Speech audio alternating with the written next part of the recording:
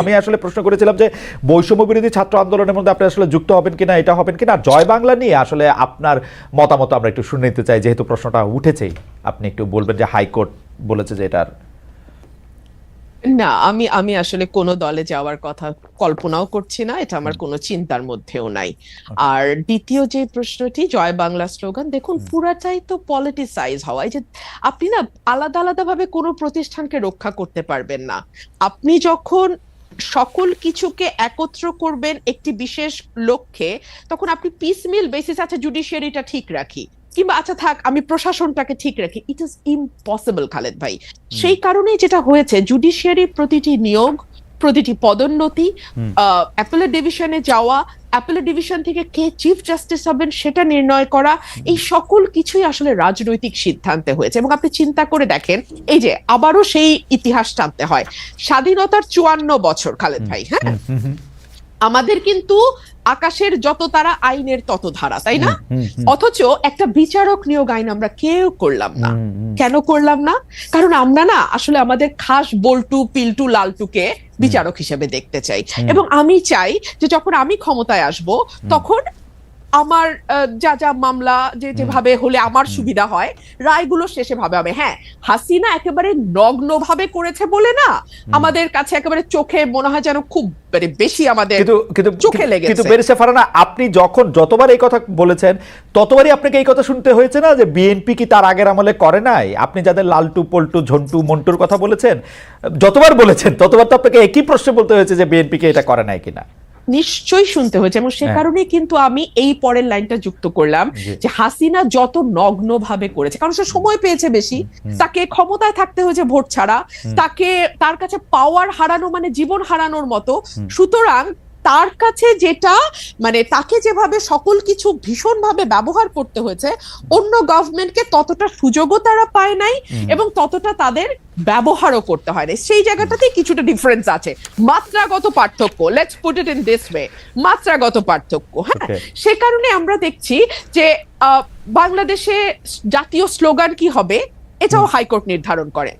একটা political question, বাংলাদেশের নির্বাচন কিভাবে হবে, for God sake, it's a political question Khaled ভাই, তাই না? মানে আপনি যেই দলই করেন, যেই মতই করেন, কিংবা আপনি যাই হন না কেন, আপনি যদি সুস্থ মানুষ হন, আপনি যা বুঝবেন যে এটা পলিটিক্যাল কোয়েশ্চেন। কিন্তু এইটাও আমরা না হাইকোর্ট বা অ্যাপেলেট ডিভিশন থেকে এটা করায় নিব। আবার ধরেন আমাদের সংবিধানকে আমরা মোটা দাগে একটা পারিবারিক বইয়ের মতো করে ফেলবো, আমরা যা যা চাই তার সবই সংবিধানে থাকবে। এবং এমন সব অদ্ভুত প্রপোজিশন আমরা সংবিধানে দেব যে আমরা সামনে ভবিষ্যতে যত সংসদ আসবে সেই সবগুলো সংসদকে আমরা বেঁধে ফেলার চেষ্টা করব। মানে তারা কি কি আইন করতে পারবে, কি কি পারবে না, সংবিধানের কোন কোন অংশ তারা 2/3 কেন 3/4 মেজরিটি দিয়েও চেঞ্জ করতে পারবে না, এরকম অংশ আমরা সংবিধানে বলে আবার সেটা লিখে দেবো যেটা অপরিবর্তনীয়, which itself is unconstitutional, okay, which itself is unconstitutional. So এগুলোর মধ্যে দিয়ে তো বাংলাদেশ গেছে। সে কারণে আমি মনে করি খালেদ ভাই যে আমরা না একটা ঝাঁকি খেয়েছে বাংলাদেশ, মানুষ, দেশ, রাষ্ট্র, সরকার ঝাঁকি খেয়েছে।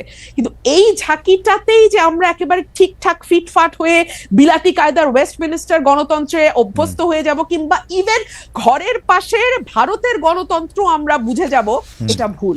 আমাদেরকে আরো অনেক দূর যেতে হবে খালেদ ভাই, অ্যাটলিস্ট ভারতের পর্যায়ের একটা গণতন্ত্র এবং প্রাতিষ্ঠানিকীকরণের দিকে যেতে আমাদের আরো 50-100 বছর সময় লাগবে। এবং সেই কারণে আমি আমার আগের সেগমেন্টের কথা ধরে আমি একটু সূত্র ধরে বলি যে আমাদের মতন মানে ধরেন অ্যাজ অন টুডে আমার যে ভূমিকা, হ্যাঁ, এটার জন্য আমাদের মতন মানুষদেরকে কিছুটা প্রাইস পে করতে হবে। পে করতে করতে করতে করতে এক সময় গিয়ে, সেটা আজ থেকে মেবি 70 বছর 80 বছর পরে, হয়তো দলগুলোর ভেতরে সেরকম ডেমোক্রেসির চর্চা আসবে, হয়তো রাষ্ট্রের ভেতর সেরকম ডেমোক্রেটিক ভয়েস আমরা পাবো যেটা একটা স্মুথ ডেমোক্রেসিকে সাপোর্ট করে।